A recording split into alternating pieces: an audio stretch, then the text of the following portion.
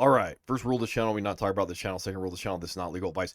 So this is going to be chasing the dragon for week 14, heading into week 15. Hopefully you made it into your fantasy playoffs. Either you got your first round bye, or you knife fighted your way in. This is going to be the reactive waiver wire show. Not necessarily a bad week considering how deep we are into the season. There shouldn't be any really surprises left when it comes down to it. There's no more buys. A lot of this is going to be like playoff construction stuff. But this is the show where it's like, hey, I like that guy's last week production. Can I trust it to go forward? That's what we're going to just generally talk about today. After I got done breaking everything down for after waivers. So first and foremost, like if you need a defense this week, if the Chiefs are available going up against Famous Jameis, that's probably not a bad idea. But again, like the Chiefs shouldn't be available. I don't know what's available in your league. That's the whole point of this. Like if someone dropped them and they're available, I'd be spending on them this week. Let's see some of the other ones like Redskins we can talk about right now because of the quarterback situation for the Saints. Don't know who the starting quarterback is going to be this week. It looks like Derek Carr is going to be out with a hand. The Jets, with how bad the Jaguars are, like at this point, like I don't know how much I'd be trusting the Jets, but like it is a good predictive matchup that I would be rolling against. The Broncos should not be available, but if they are going up against Anthony Richardson, he's a little bit of a turnover machine. That's out there. Vikings also shouldn't be available, but again, how inconsistent the Bears have been. Yeah, if they are available, you could think about spending on them and going after them. And then if you really want to get like fun, the Falcons going up against whatever's going to be going on with the Raiders quarterback situation. And you can also talk about that going the other way. Raiders, whatever the quarterback situation is going to be for the Falcons this week. So those are the defense that I would be spending on. The main one right now that probably should be available would be the Redskins because this is going to be the reaction to Derek Carr getting injured. If you need that defense this week, that shouldn't be available that we thought was going to be available. All right. Moving on to who's going to be the number one waiver wire ad this week. It's going to be Patrick Taylor, running back for the 49ers. Right now, Isaac Garriendo, he was the guy to go dump everything on league winner for the playoffs.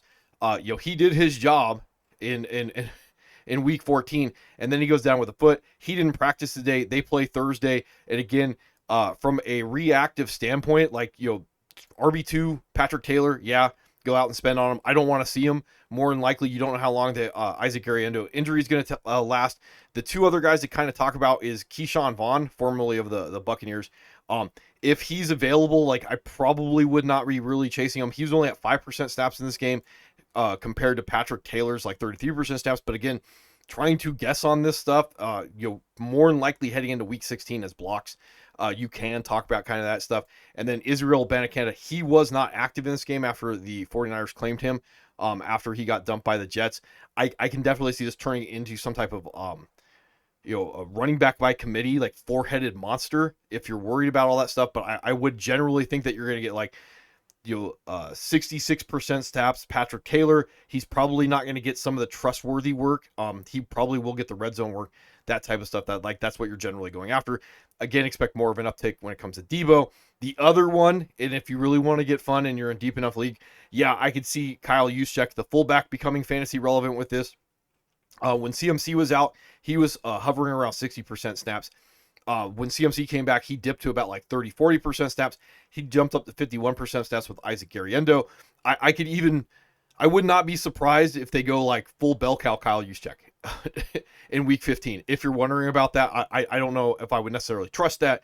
But again, you could talk about desperation RB2 when it comes to a fullback because of the running back situation for the 49ers. But yeah, if you got fab left, if you're worried about the block, it is Patrick Taylor. That's what we'd be talking about this week. All right. Some of the other ones available, I don't know what's available in your league. Sam Darnold, he should have been snatched up like weeks and weeks ago, so I'm not even going to talk about his 5 touchdown passes. A couple guys that we can talk about that may be available, like 2 quarterback leagues. Aaron Rodgers, I mean, this would be a predictive matchup. This is going to be after Will Levis absolutely disappointed everybody going up against Jacksonville. They got Jacksonville this week. If you want to be chasing 41-year-old Aaron Rodgers, I can understand why that would be there if you got to spend on him. Like, again, 2 quarterback leagues, super flex leagues. I can't imagine in 1 quarterback league you're going to be chasing Aaron Rodgers. Anybody who had the ability to win league should have already been rostered at this point, if you're wondering about that. And then the other guy that we can kind of talk about from a matchup standpoint, if you need to go out there and chase that dragon, it would be Bryce Young to go out and spend on going up against Dallas this week. He has looked better. And again, this is one of those things like, would I roll him with your roster? Probably. Would I roll him with mine? Probably not. But it depends on what you need. All right, some of the other running backs that we can talk about that theoretically could be available. I don't know, how competitive your league would be if Kaimani Vidal is available. He was up to 53% snaps in this game. Gus Busky did get more of the red zone work. If you're wondering about all that stuff, the other one, and this is going to get like really dicey, more of a block than I would do anything else. So like supposedly Breece Hall's not going to get shut down this year. We can talk about that. But between the two running backs, the two rookies, Braylon Allen, he was at 54% snaps in this game. And then Isaiah Davis, and I talked about this, like this did not surprise me at all, 53% snaps. And he gets a red zone opportunity. He gets 6 targets. Like, yeah, I can imagine that's going to be somewhat consistent moving forward. Some of the other ones, and this one was like, this one kind of pains me a little bit, but like if this is an if, buts, and maybes. You need Zamir White to stay out. You need Alexander Madison to stay out. Sincere McCormick, he did 61% snaps. He had red zone opportunities also in this one. He was the red zone guy. So if you need to be chasing this guy, if he's available, one of the things that are out there. Some of the stuff like I'm less interested in, but again, we're talking about like I need a running back. I need to plug somebody in for my playoffs.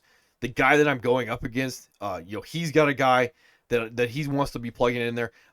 Kendre Miller, 26% snaps, 10 for 32. It was a red zone opportunity. Also had a target in this one, if you're wondering about that. And then finally, if you're chasing it, and again, probably should not be available in most of your like more competitive leagues. I don't know how deep your benches are. Sean Taylor, we can talk about Sean Tucker. We can talk about Sean Tucker in this one because Bucky went out and 3 for 47 and another 2 targets. I can imagine that he's going to get like close to 50% work if Bucky remains out. And again, like it depends on what you need. It depends on what your opponent's going to be needing for week 15 when you're going to be like planning this stuff ahead of time, like the blocks and all that stuff. How deep I would need to go to be chasing, probably I'm going to guess like, an if button, maybe 30% snaps, Sean Tucker on that one. But he has been, again, chasing week 6, that, 38% snaps, 14 for 136, a touchdown, and then 3 for 3 for 56, another touchdown. That theoretically, some of that workload is going to be available. All right. Some of the other guys that we can start talking about, like if you need wide receivers, I would be chasing this one. That's why I would put him on chasing the dragon. We can talk about like Tim Patrick. So 66% snaps, 7 for 6 for 43, 2 touchdowns. More importantly on this one is chasing those high upside games. Buffalo Bills, week 15. They were involved with 86 combined points when it comes to the Rams. We can expect the Lions and the Bills to really get into a shootout. Now we can start chasing some of these guys that are like normally I would not be chasing with your roster, but like he would be available if you need to be chasing that guy. More importantly, I would be blocking this one if you're wondering about that. Another one that we can talk about that, and I got to go to the Jets to talk about Mike Williams. Right here. So it does look like George Pickens is going to miss another week. Mike Williams was only at 29% snaps, did have 4 for 3 for 36 in this one. He also had like 78 air yards. So you can talk about going after Mike Williams if you really want to be chasing Mike Williams in this one. And then finally, this is another like it's buts and maybes. Josh Palmer should have already been picked up if you're in a competitive league. As soon as Ladd was ruled out, who knows if he's going to be available. Quentin Johnson probably should have already been snatched up before the Ladd McConkey injury, but if Josh Palmer is available, 87% snaps, 9 for 6 for 78. This is again if Ladd's out and you need to be chasing that one. Probably more of a block against like deeper leagues if guys need those type of things, or you're going to be rolling against it. All right, probably the one tight end that if he's available in this one, because again George Pickens right there, expected to mix week 15. Muth. This is a Muth week, and I talked about this in the Griff, like 62% snaps, 3 for 3 for 48, and a touchdown.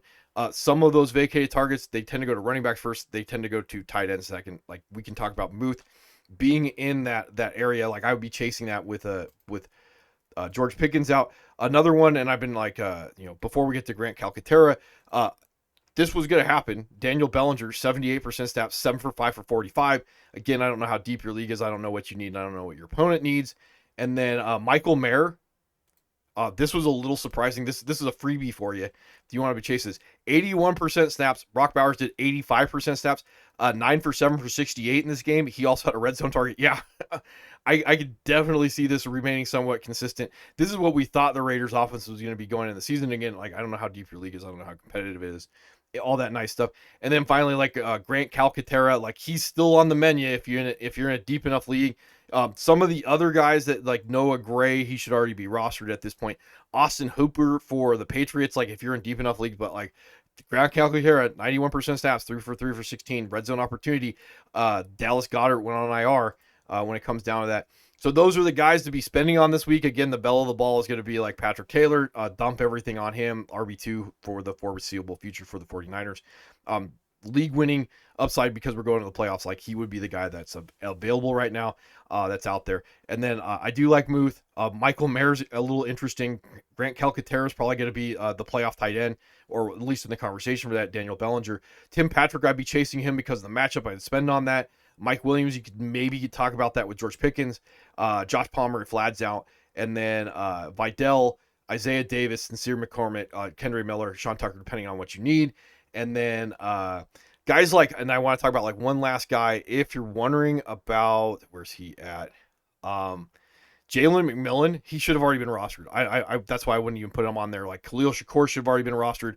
Rome should have already been rostered. We've already been talking about like Rome, those type of guys. So anyway, that's about all I got for Chasing the Dragon. I'll see you guys tomorrow on After Waivers.